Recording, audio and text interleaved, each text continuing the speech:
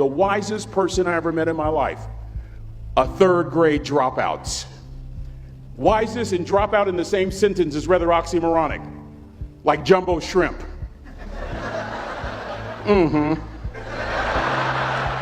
Like fun run, ain't nothing fun about it. Like Microsoft Works, y'all don't hear me. I used to say like country music, but I've lived in Texas so long, I love country music now. I hunt, I fish, I have cowboy boots and cowboy, y'all, I'm a blackneck redneck. Do you hear what I'm saying to you? No longer oxymoronic for me to say country music. And it's not oxymoronic for me to say third grade and dropout. That third grade dropout, the wisest person I ever met in my life, who taught me to combine knowledge and wisdom to make an impact, was my father. A simple cook. Wisest man I ever met in my life. Just a simple cook. Left school in the third grade to help out on the family farm, but just because he left school doesn't mean his education stopped. Mark Twain once said, "I've never allowed my schooling to get in the way of my education." My father taught himself how to read, taught himself how to write, decided in the midst of Jim Crowism, as America was breathing the last gasp of the Civil War, my father decided he was going to stand and be a man. Not a black man, not a brown man, not a white man, but a man. He literally challenged himself to be the best that he could all the days of his life. I have 4 degrees. My brother is a judge. We're not the smartest ones in our family. It's a third grade dropout daddy. A third grade dropout daddy who was quoting Michelangelo, saying to us, "Boys, I won't have a problem if you aim high and miss, but I'm going to have a real issue if you aim low and hit." A country mother quoting Henry Ford, saying, "If you think you can or if you think you can't, you're right." I learned that from a third grade drop. Simple lessons. Lessons like these. Son, you'd rather be an hour early than a minute late. We never knew what time it was at my house because the clocks were always ahead. My mother said for nearly 30 years my father left the house at 3:45 in the morning. One day she asked him, "Why, Daddy?" He said, "Maybe one of my boys will catch me in the act of excellence. I want to share 2 things with you. Aristotle said you are what you repeatedly do. Therefore, excellence ought to be a habit, not an act. Don't ever forget that. I know you're tough, but always remember to be kind. Always. Don't ever forget that. Never embarrass mama." Yeah. If mama ain't happy, ain't nobody happy. If daddy ain't happy, don't nobody care. But you know, I'm trying to tell you. Next lesson. Lesson from a cook over there in the galley. Son, make sure your servant's towel is bigger than your ego. Ego is the anesthesia that deadens the pain of stupidity. Y'all might have a relative in mind you want to send that to. Let me say it again. Ego is the anesthesia that deadens the pain of stupidity. Pride is the burden of a foolish person. John Wooden coached basketball at UCLA for a living, but his calling was to impact people. And with all those national championships, guess what he was found doing in the middle of the week? Going into the cupboard, grabbing a broom, and sweeping his own gym floor. You want to make an impact? Find your broom. Every day of your life, you find your broom. You grow your influence that way. That way you're attracting people so that you can impact them. Final lesson. Son, if you're going to do a job, do it right. I've always been told how average I can be. Always been criticized about being average. But I want to tell you something. I stand here before you, before all of these people, not listening to those words, but telling myself every single day to shoot for the stars, to be the best that I can be. Good enough isn't good enough if it can be better, and better isn't good enough if it can be best. Let me close with a very personal story that I think will bring all this into focus. Wisdom will come to you in the unlikeliest of sources, a lot of times through failure. When you hit rock bottom, remember this. While you're struggling, rock bottom can also be a great foundation on which to build and on which to grow.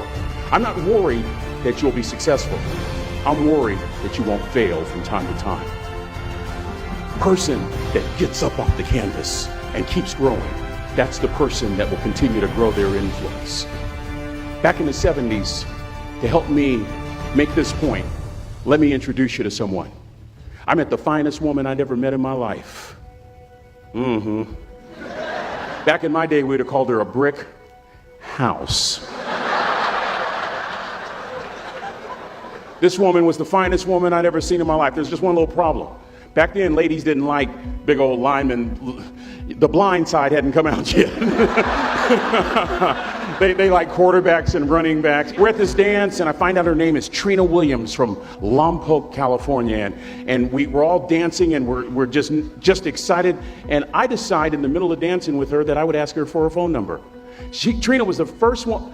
Trina was the only woman in college who gave me her real telephone number. The next day, we walked to Baskin & Robbins ice cream parlor. My friends couldn't believe it. This has been 40 years ago, and my friends still can't believe it. We go on a second date, and a third date, and a fourth date. We drive from Chico to Vallejo so that she could meet my parents. My father meets her.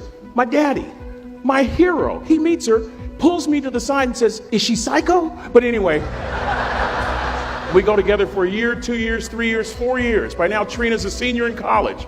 I'm still a freshman, but I'm working some things out. I'm so glad I graduated in 4 terms. Nixon, Ford, Carter, Reagan. So now it's time to propose. So I talk to her girlfriends, and it's California, it's in the 70s, so it has to be outside. You have to have a candle, and you have to have, some chocolate. Listen, I'm from the hood. I had a bottle of Boone's Farm wine. That's what I had. She said yes. That was the key. I married the most beautiful woman I'd ever seen in my life. Y'all ever been to a wedding, and even before the wedding starts, you hear this? How in the world? And it was coming from my side of the family.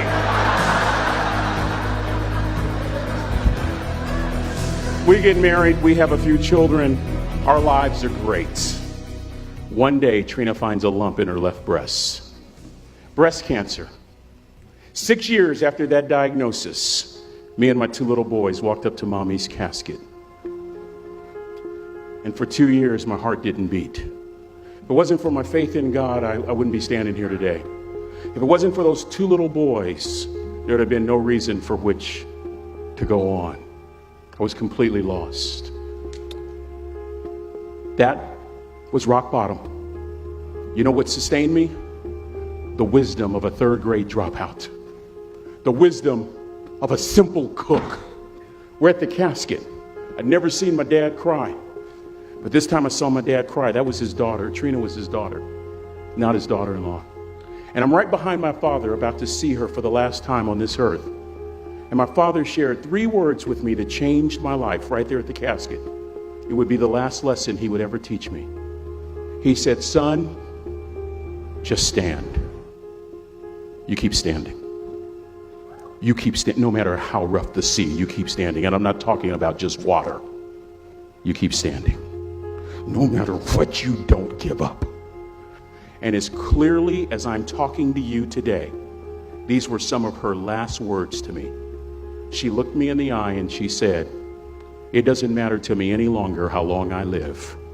What matters to me most is how I live." I ask y'all one question, a question that I was asked all my life by a 3rd grade dropout. How you living? How you living? Every day, ask yourself that question, how you living? Here's what a cook would suggest you to live this way.